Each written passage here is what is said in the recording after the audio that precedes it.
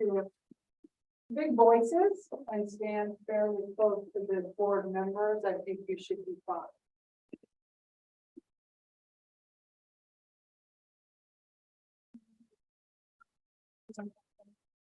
Or do you want me to just send it to you? No, it's fine.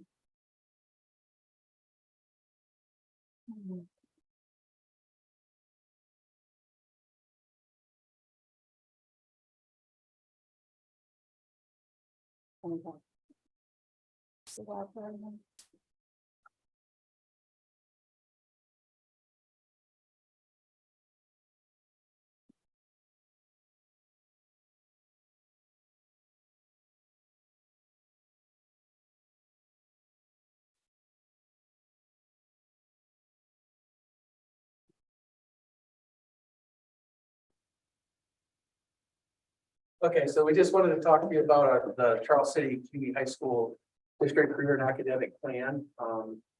This is a plan for growth. Last year, the state went ahead and used a rubric and scored everybody's DCAP plan. What you see is our scores from last year. So I'll give you a minute to look down. We got a 9 out of 33. The average in the state was 7. It's not like it was awful, but as you can see, the first one we're already going to get some points just for discussing it with you. I mean, it's things of that nature that just some low-lying fruit that we're going to capitalize on that will raise that score significantly. Identifying members, accurately reflecting upon things that we actually are doing, or some things that we're going to get. I don't know. Do you remember how many in the state even got in the 30s? It was a very low number. I don't. Yeah, it was very, very low. Some of the exemplars were close. So it just gives you an idea. Nobody knew that they were using a rubric to score it. In fairness. So they come with a new DCAP plan template for us to use this year, and utilize with all of the things that were pointed out.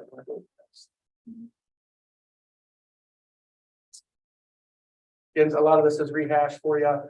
We're just missing most components other than the date of the school board review. What we need to do is review the implementation and the goal set. We're going to get to that here in a bit. We'll present those goals to you. Present how stakeholder participation benefits our students, the community itself, parents, and recruiting district team membership as well. Some of that stuff is talked about with our students a little bit ago. District team, we need to refine and establish a well-rounded DCAP team. We're starting that process now. We're circling the wagon, so to speak, and getting everybody on board, reflecting accurately on what we do. A lot of this revolves around our CPE folks. So we put together a Google form that they're required to fill out to accurately capture what it is that they're doing with our students, for students. So that will get entered in here too. Again, a lot of low-lying fruit that we get to capitalize on. We got a good start, but it was incomplete. Obviously, it's 9 out of 33 would show. Again, we have to consider how, by whom, the ICAP can be connected. We've got some plans for that as well. Use of data and goal setting, implementation within the school day or program. We're still fishing through a lot of those waters, so that's still a little unclear, but we're starting to emerge into the water, so to speak. Core curriculum plan and creation and review. You know, a lot of that was very limited or non-existent relating to DCAP. So what we're doing is creating the outline, which is again today, saying what our growth plan is, capturing some of that information from our folks, and then bringing it back to you again for approval later this month, and getting it back out to the state to review. Again, and all of it, this is rehash. Everything revolves around process that we have for teachers to reflect on what they do, as well as the ICAP. You want to expand on the ICAP for them so that they kind of know. So with ICAP, we have not done it with Fidelity with Zello, but that's an easy way for us to capture all of the things that we need to in terms of Iowa's ICAP. I actually had a couple meetings. Sarah Wilcox is our college and career transition counselor, so she's with us from NARNet.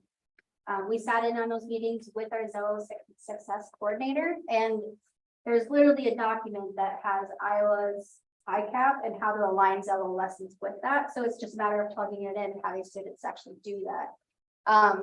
The unfortunate thing is that this is truly supposed to be a graduation requirement and was not done with fidelity up until now. So we're trying to backtrack a little bit and get that into place. The plan's already in place now where it's set in stone what days our advisories are going to be doing these, so that students meet that graduation requirement and we don't run into the issues that we may have had in the past. That's the nice thing about Zello, which is that CIS that you see in like the first little bulk. That's just a career information system. So that's what we're using, and it's just an easy way to check all those boxes. Ideally, after this year, we can make our plan better by expanding on those check boxes, because right now that's what we're doing, is we're hitting those check boxes because we don't know what else to do. And it hasn't been done up until now, so hopefully we can expand on that next year and get better. But at the bare minimum, we need to make sure kids are doing what they need to do to graduate. So that's where you get that piece in there, the work-based learning experiences. And also there's another component called FAFSA advisement that we got a 0 or 1 on. Those were brand new to the DCAP. So we didn't get good scores because we just didn't know we were supposed to reflect on it. So those ones I'm not too worried about, because we have Brett Spurgeon, who's our work-based learning coordinator. He's the one that's going to be our go-to for that information, and FAFSA advisement that is included in the Zello lessons. Every single grade gets a component of FAFSA advisement. And also we're trying this year to implement different things. It's tricky with FAFSA this year because it's not rolling out as it should at October 1st. It's brand new this year and trying to get different things implemented. So hopefully end of December, early January is when that's going to come out. But until then, we're going to do an FSAID plan for conferences. Yeah, so I can kind of give you a little blurb on what I'm doing. So I'm Sarah Wilcox, I'm the college and career transition counselor. And I am new to the district this year. This position is new. I'm here on Mondays and Tuesdays working with kids regarding anything related to college and career readiness. And if you would like to know more about that, I'm here as a representative of the DCAP team tonight. But if you're interested in learning more about what I'm planning on doing in the district, I'd be happy to come back another night. So I don't take too much of your time tonight. But the way that I would like to probably contribute the most to the DCAP is working with FAFSA advisement. I'm hoping to contribute to the district in other ways as well, but with FAFSA, the plan for this year, since it's coming out late, I'm going to be available for office hours for students and families during parent teacher conferences. I share with Rockford, so I'll be here 1 full night and a half of this of the parent teacher conferences because one night overlaps with Rockford. But the plan there is just to be available, hopefully ease some of the stress for students and then also parents who are a little unsure about the FAFSA process. Hoping to get FAFSA IDs set up because one new thing this year is those have to go through a verification process that takes about 3 days. Now, if we do it really early, they should be good to go for January, because obviously if we get it done now, that's plenty of time for it to be verified. And then we will come back and hopefully host some after school office hours again to help parents actually fill out the FAFSA with some of the new changes and things like that. So just in short, that's kind of the plan that we're working on this year. So the immediate thing is going to be parent teacher conferences coming up and doing the FSAIDs. And then later we'll approach providing assistance to students and families when it actually comes to filling out the FAFSA, which will hopefully happen in January. So. And we're going to also capitalize on our relationship with ICANN because they provide so many resources with FAFSA advisement that we just never really used or even shared and promoted for our families. They can do one-on-one trainings with them and go step by step with the FAFSA. So really using those partnerships that we already have that we just don't detail otherwise. And that's where you see the FAFSA advisement. So I don't really care about that one because I feel like we are addressing that this year, and that's what we're going to include. The 5 essential components, everything that was in our DCAP from 2022 was just repeated for every single grade. So there was nothing different. There was no, like, here's a different activity that we're going to try to do for 9th and versus 11th graders. It was all the same. So we got dock points for that, which is fair. But also a lot of what we're doing with the 5 essential components are already being done in our classrooms. So that's where we're leaning on our CTE faculty so that we can see what the heck are you doing in your classes that already fulfill these requirements or these components, because we know you're doing it. We don't have to reinvent the wheel. We just need to reflect on it. And that's what a lot of our 22 DCAP lacked, was just reflection, because it's already being done. We just need to talk about it. But that's also part of the reason why it's tricky when you just throw something at us like this.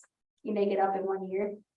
Kind of have to just go with it. So we're And really, when the state talked to us, they had said, this is a growth plan. We don't expect you to be perfect by next year. And so, again, we're above the average in the state. So it's not like Rome is burning.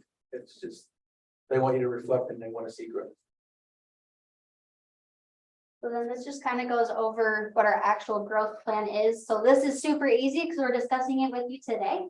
And then our goal is on October 23rd for the second board meeting to actually have our DCAP ready for you to review and approve.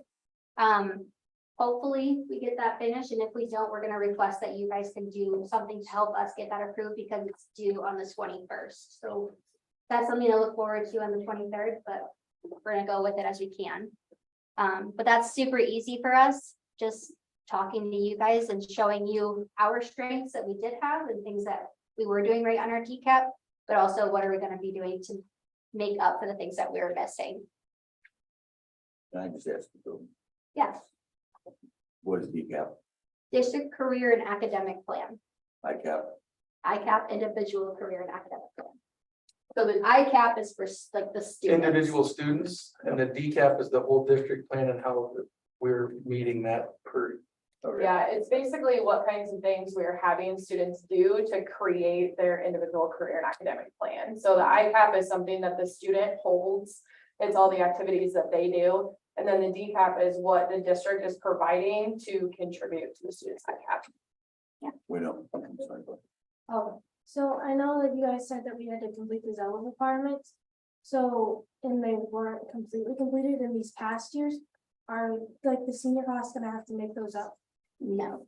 So we recognize that that's a barrier for a lot of us, and that's why some of the lessons that you're gonna end up doing have extra tasks, because you have to do prerequisite activities in order to do the lesson. So we're not going to default anybody who's in 10th, 11th, or 12th grade because you didn't know that. That's not something that's your fault, but we're gonna require it for this year, and we're gonna stick to that because it's gonna go for everybody going forward. So don't feel bad, don't go crazy. these are called what? What is it? Zello. That, Yeah, It's a program. Yep, it's spelled XELLO. And the Zello is the CIS, the Career Information System. And it's basically like an online classroom kind of thing where lessons are provided to the students, they can access them online, and then they can work through those. The state of Iowa requires every school to have a state approved CIS system. So ours is Zello. And so that's what we're going to do to reach that kind of baseline. And then also on the DCAP, we can describe things that we're doing to go above and beyond. So things like, activities that are happening in the CTE program, any extra activities that teachers are providing in their classrooms, things like that. Those are kind of like the above and beyond thing that the state wants to see. And then the CIS system is like the baseline for how we're tracking, how students are progressing through high school and preparing to leave. this Zello thing, how long have we been using that? I think it's been on our stuff for a couple years, but I'm new this year, so I'm really just kind of starting from scratch, and we're gonna do what we need to do to make sure this year's successful. I started it personally in 7th grade. Okay. So it's been. Good, good. So 5, 6 years, yeah, before that, we used the ICANN. Yeah.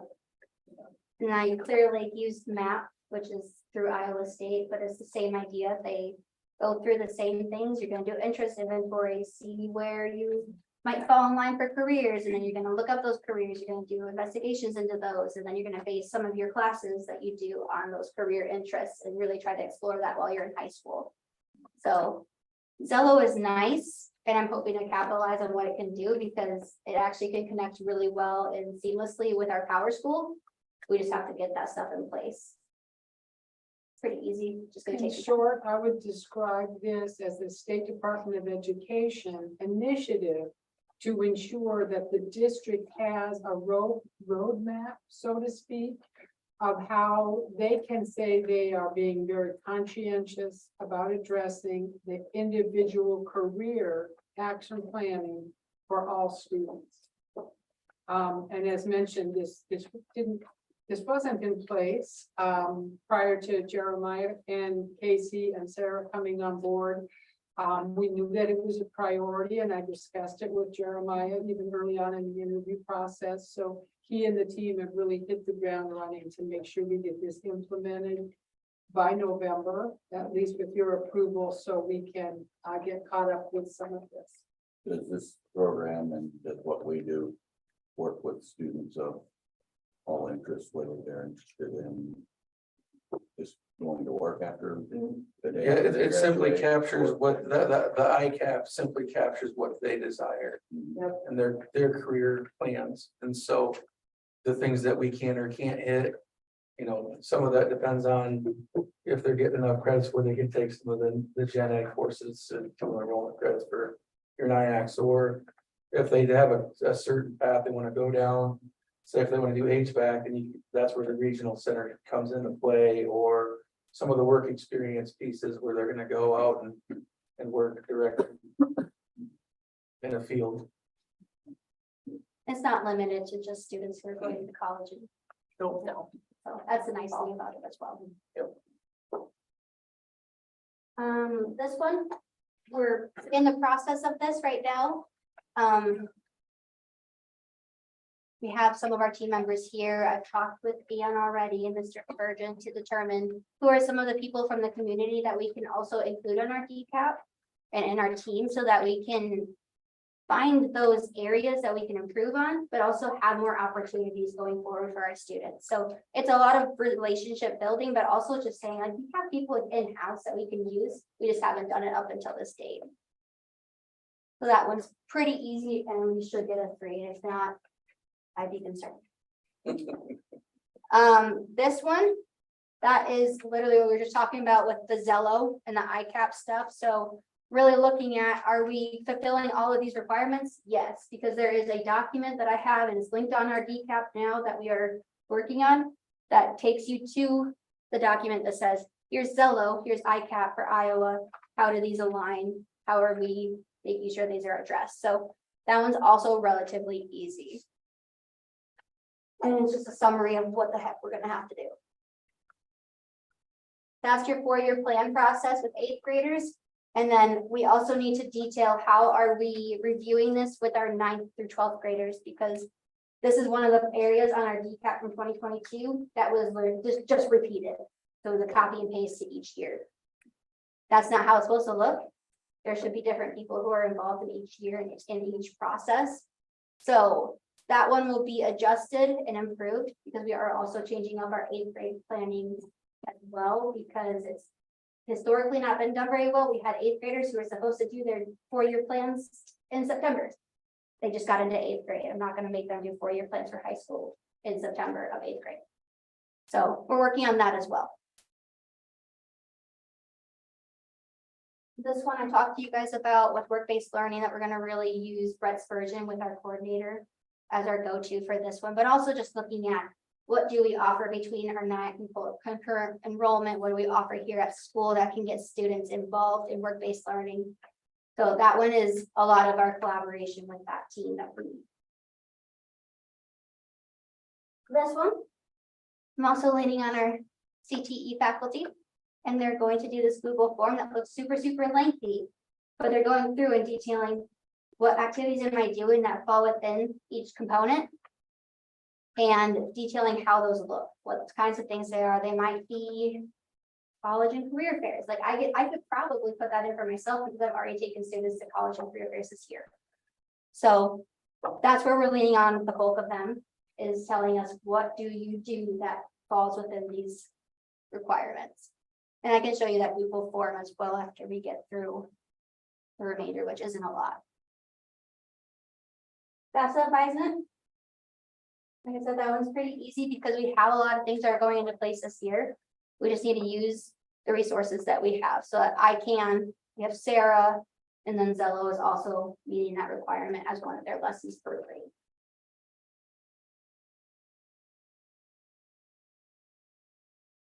District plan, really just looking at how do we improve from last year to this year? What are we going to do that helps us meet that requirement?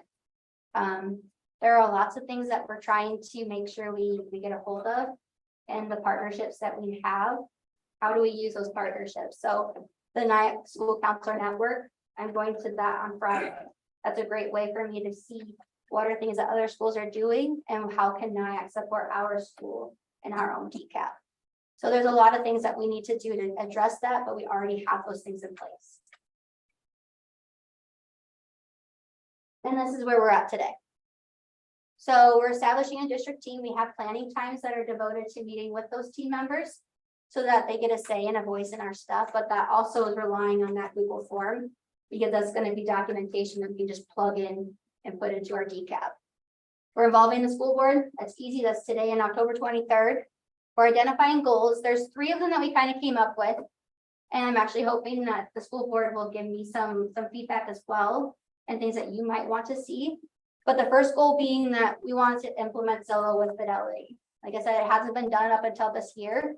And so we have a plan. They're doing it on every 2 to 4 weeks during advisory on Tuesdays. It's the opposite of the Character Strong SEL curriculum that we're doing on those Tuesdays. So our goal is hopefully for every student, at least 90% of them, to complete all of the lessons. Trying to be realistic about that because ideally, yes, they should do 100% of it, but we're going to have flaws and we're going to have gaps in our first year of implementation. So I want to recognize that, but I think 90% is very doable and very realistic for where we're at. The second part being how we want to redo our 8th grade planning for 4-year planning. We're going to move that to the spring for all 8th graders rather than do it during their exploratories. And then we want to get more parent involvement. We heard feedback from administrators and families from last year and the previous years that parents and families don't get a lot of say in the 4-year planning and they want to be involved in that. So we're going to try to plan for a parent informational night on our 4-year plans, what we offer here at the high school, what structure looks like. I've talked a little bit with Pat now that she's kind of my go-to during the week. And, you know, even doing something so much as we do an afternoon during the day so that we have second shift parents that are able to attend, but then also something at nighttime so that we can get more people involved and it's not us just limiting who can and who can't. So I think that one is an easy goal and something I'm looking forward to. And then the last one, scoring at least a 2 out of an 8 out of the 11 components. So back on that first slide that we had. There it is. So there's 11 components right there. We want to try to get 2 and at least 8 out of the 11. I think that's realistic. And ultimately, I believe that we're going to exceed that. But I'm trying to set a realistic goal and something that we can say, okay, yeah, our goal is 16 out of 33 just based on that. But we're probably going to do 10 times better. I could see us getting at least 20, if not more, just based on the success that we're having right now and things that we're reflecting on. So going back here. Is there any questions that you guys might have for us? How is this gonna affect the current senior class?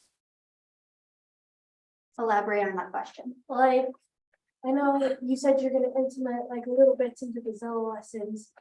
That'll like be things that we should have completed, but yet to complete. But what other things, how else will that affect the senior class? It shouldn't. I mean, you guys, as long as you get this 12th grade stuff done, you're going to graduate.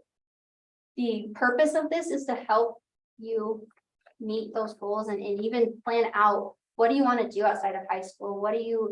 What things do you want to experience? That's like our goal of this whole entire I program. think to sum it up really easily for you would be to say it's going to give you a better chance to reflect on what you want to do.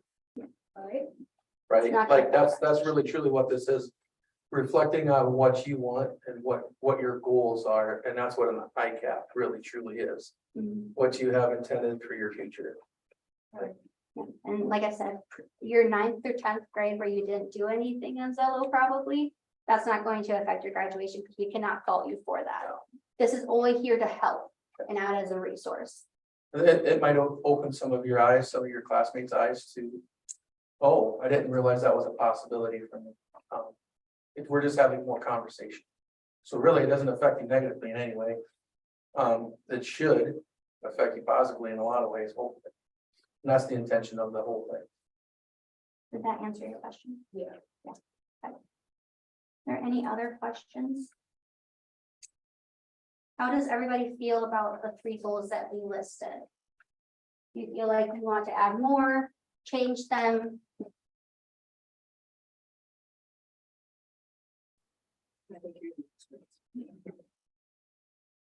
You'll be presenting again on the 23rd. Mm, So is this due in October or November? November 21st. So we do have a meeting. Do you know what date the November one is? I do, if I can find a calendar. That is before the 21st. Second and fourth Tuesdays, no. Monday. Yeah, Monday, sorry. The 14th and the 28th. Yeah, that's what I. 13. Oh, pardon me, 13th and 27th of November. And so I think if we feel like maybe on that 23rd date when we do present what we have, if we need to add more to it or revamp it, I think that would be a good opportunity to say, here's our feedback from the school board, and then we bring it back again on the 13th if we need to. That's why we wanted to get it pretty good. Plan in place, and if you like it. Yeah, well, this will allow us to get that done, so if you do have further input based on what we show you with the decap plan, a detailed plan, you have that input. I mean, and that's a big reflection piece that the state wanted is that input. I don't think without that, you garner your score, right? So if we're shooting for the A, we're that's kind of why we're trying to go a little early is to. How long has the state been grading This is the first year. the first year? This is the first year they used the rubric to do that, grading the decap plan. I mean, it's just kind of an interesting thing. I think most families, most parents actually get it, that the graduation is a great day. Yeah. But kids need to know, well, what am I gonna do the day after graduation? And the day after that, and the day after that. And that's why I was saying earlier, yes, we're checking the boxes using Zello for the ICAP requirements, but I would really like to expand that going forward. It's just this year is so full of setting the foundation and getting things into place that should have been into place, that we need to do that before we can think big picture. We really want to get it to the point where that, like what you're saying, those work experiences, and that's why work experience is such a prevalent thing throughout, is exactly what you're saying, is to provide that opportunity. I mean, because getting out there and working might steer you a different direction too, right? Yeah. Save you a little headache down the road. The kids need to know that, I mean, at some point in time, they're the ones responsible for putting a roof over their head, food on the table, Well, yeah. clothes on their back. And ultimately with student loan debt, you don't want to go for a job that you ultimately end up despising, right? And so Exactly. these opportunities and the opportunity for students to have that and reflect on it prior to engaging in that is truly the purpose, because now is when you want the students to discover that. Yeah. So. And so this is actually the document that we are using. This is a template that the state provided us. And so it's a whole lot of fluff. Right here, that highlighted part is today and what we're gonna include from our meeting today. That way we have that as documentation that we brought it here, and we'll include the meeting policy or the meetings as well. For the minutes for this meeting, so that's also documented, because it's only gonna help us, it's not gonna hurt. That's the highlighted portions that we've got to remind us to input that data, but. And then you can see here, we've already got most of our district team kind of set up. Our CTE, we got everybody in terms of elementary and middle school faculty that we need as far as like administrators and counselors. We're also looking to include, like we have our North Iowa Nyack on there because they have key stakeholders in our decision making and what we can offer. And then we're also looking for people that we can include from the community, business partners, industry partners, people who are highly involved with us, and that's where we had Ann kind of step in a little bit and help us get some names for that. So if you have more names, you just let us know, because we're gonna put them on here. So that's that stuff, and then as of today, this is what we've been working on, is our district plan and a statement summary. So going through our past goals and present, what we're trying to get through here, and then detailing what is our plan going forward. So it's a lot of fluff. Looks like a lot, but there's so much more that we get to do. 17 pages.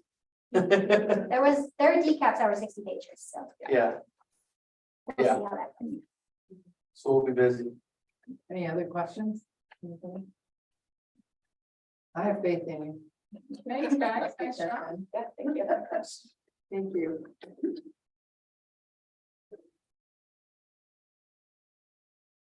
Superintendent report. Yes, for October 9th, what's going well? We have Nurse Stephanie Bjorkman, who's going to be serving as the district's representative in the Healthy Choices Count grant opportunity provided by the Iowa Department of Health and Human Services. It's a 3-year grant project. It has already been funded for our area. It will equal about $50,000 in grant funds, and it's designed to promote health equity and improve social, economic, and environmental barriers that impact health. First and foremost, we're looking at playground equipment that would be inclusive for students who might have a disability or mobility issues. Is the first place that we're going to do some investigation on that. So thank you to Nurse Stephanie for stepping up on that. Students throughout the district took part in the Healthiest State Initiative under the leadership of elementary PE teacher Jeremy Wilson. Other updates at the district level, conversations have begun regarding the feasibility of continuing to offer transitional kindergarten program. This approach, currently in place at Washington Elementary School, is being studied by Principal Joe Carney, who will present his findings at the next board work session in December.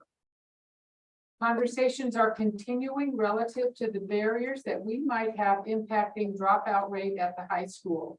There are a number of factors that are being addressed to mitigate the situation. Adjust the order and/or course pathways for students. Ensure at least one study hall per semester all 4 years. Intensify the structure required of students and teachers during advisor time. Increase support and professional learning for teachers who may be struggling to have large numbers of students with failing grades. Develop and implement a basic training course for all freshmen to fully prepare them for the rigors of high school. And finally, the bullet that most people consider first, and I would encourage them to consider it last, adjust the number of credits required to graduate so that we can align with area districts.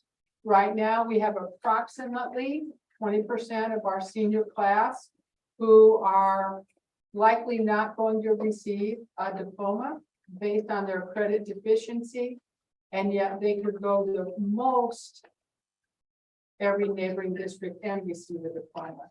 So I think that's a horrible disadvantage for our students. And I want to be able to mitigate that as well. You'll have to hear more about that as time goes on. You can see it's a multifaceted approach, and you can also see that some of that work has already begun, while others aspects of that will begin in the fall. I've been meeting with an association representative and wrestling coaches to determine whether or not the current wrestling room located on the 2nd floor of the North Grand building, the portion we still own, and Director of Operations, Jerry Mitchell, we are exploring the feasibility of capturing additional wrestling space in the current high school building.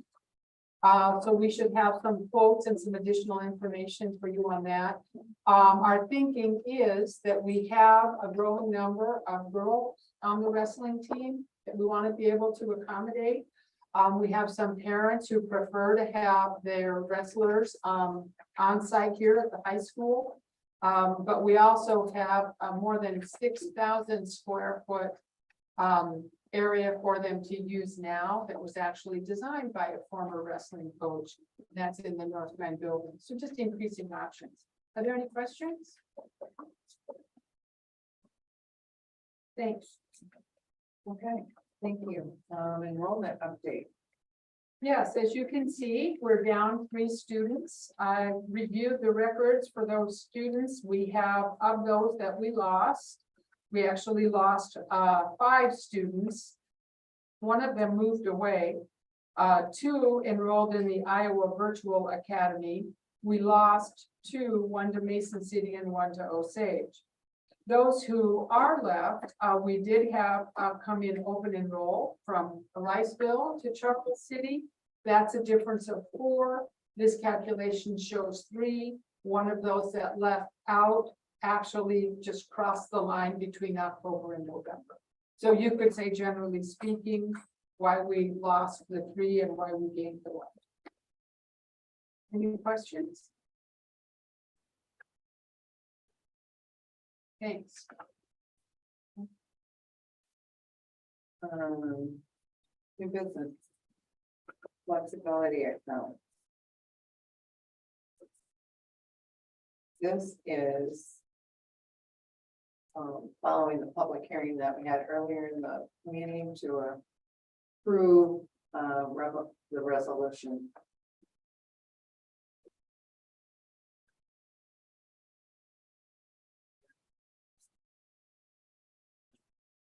Early, seems like, all right, seems like no more. Yep. Go through that whole thing.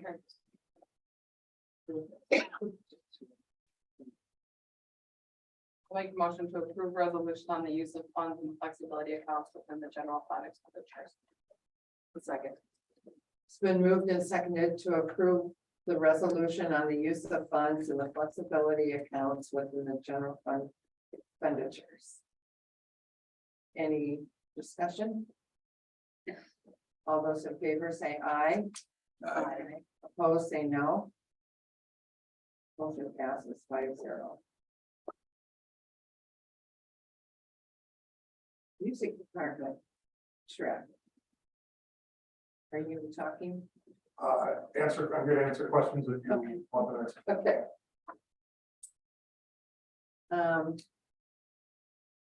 So this is like usual, they usually take a trip every 2 years. Do you want me to get started? What? You want That'd me be to get nice. started? Yeah, come on forward. Yeah.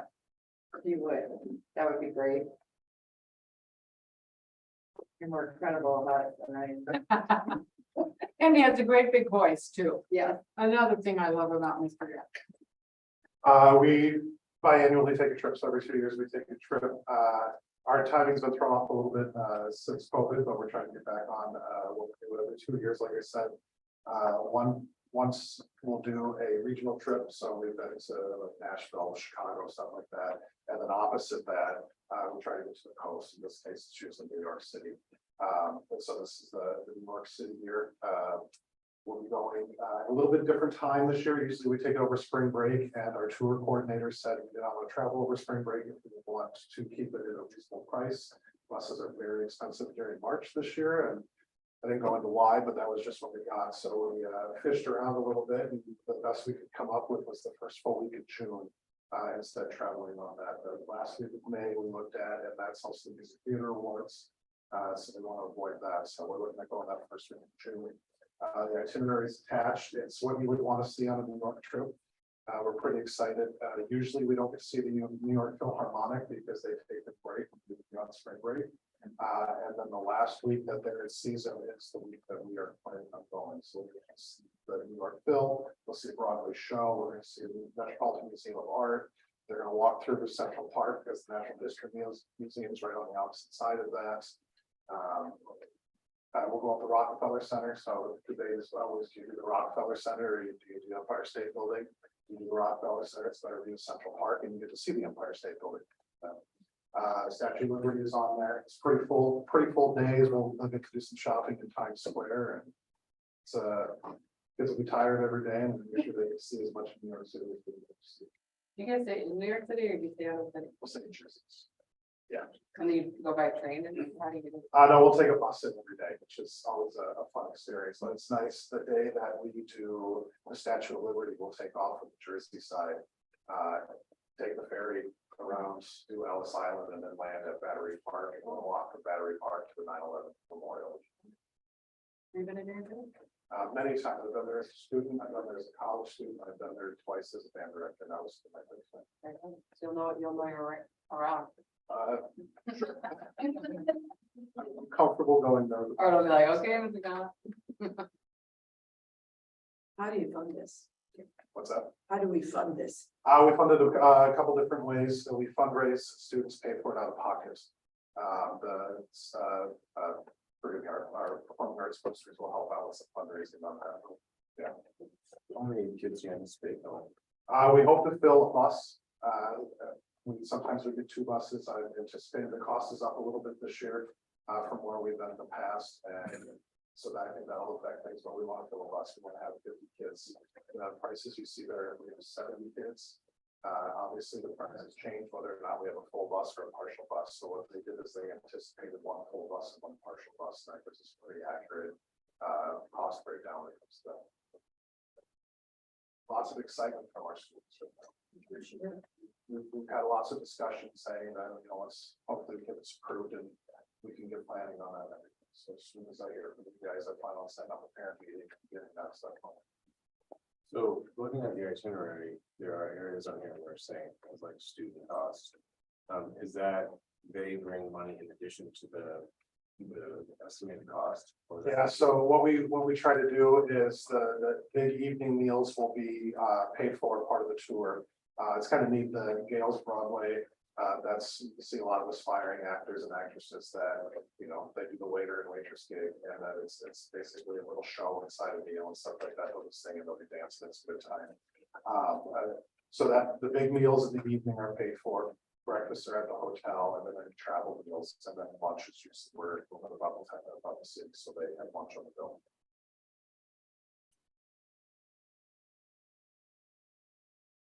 Did it even include the menus? and meals? Great. We typically go with Bob Rogers Travel. They are one of the best. Think you did before. Yeah. Where are they out of? Based out of the Chicago area, but they do a lot of travel groups for Iowa. In fact, former Iowa band director used to go to their guide.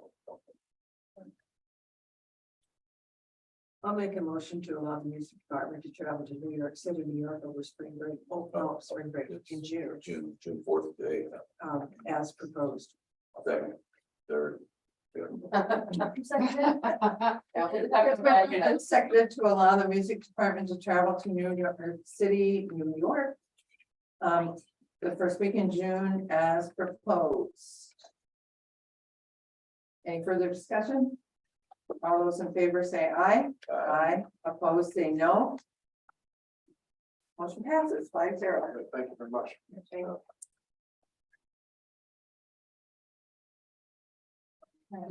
Now we have to, this is the time where we would approve your audit. Audit.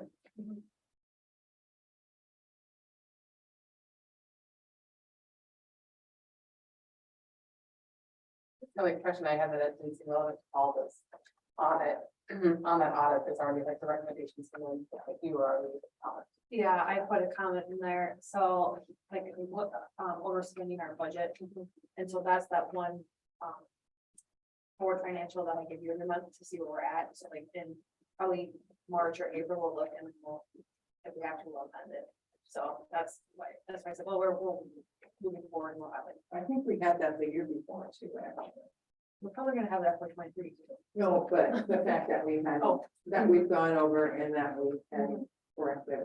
Yeah. I Yep. think it's been Yep. 2 years in a row, actually. But from what I can tell, nothing like on the audit. And I always remind Callie, she came in a week before the end of fiscal year 23. So a lot of water had gone under the bridge before she showed up on the job and doing the best she can to try and keep things where they need to be. But we'll be curious too. There may be some additional questions next year, but we're in good shape. We're sound as can be. I'll make a motion to approve the FY22 audit report. Been moved and seconded to approve the fiscal year 22 audit report as presented. Any further discussion? All those in favor say aye. Aye. Opposed, say no. It passes 5-0. This next one's a little sketchy because I was trying to text it to Kelly, but this has to do with the ISB convention in November and appointing a legislative delegate. Is there anybody here? Are you gonna be able to go? Josh? It's the 8th, 9th, and 10th, right? No, it's the 15th and 16th, I think of November.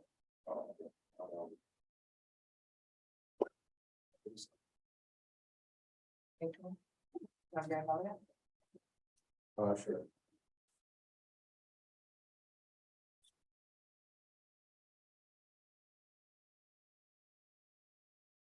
So, is there? Yep, sure. I'll make a motion to. For a second? Well, Shanice seconded, I'm sorry, I didn't hear. It's been moved and seconded to appoint Josh Mack as our legislative delegate for the IASB convention in November. And all those in favor say aye. Aye. Opposed, say no. Motion carries 5-0. Okay, policy reviews. These are the second reading of the second half of the 200 series. Is there a motion to approve these policies? Make a motion to approve these policies as presented. Second. Been moved and seconded to approve the second reading of the attached policies. Is there any discussion? All those in favor say aye. Aye. Opposed, say no. Policies are approved 5-0. Are there any board comments?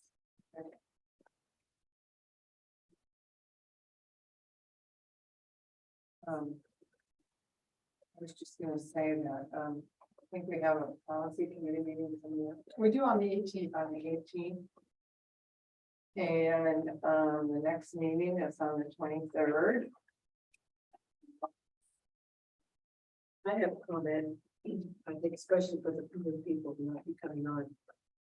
That when we have decaf or Zello or things that we don't know what they need. I suppose we should, but I think it would always be good to start with that. This means this. Yeah. Yeah. And it's just me, but We have to do that. yeah, or whatever, when we're talking about something, we're just giving it. The letters, The accidents. that's the word. The education process. Anything else? Meeting is adjourned at 7:40.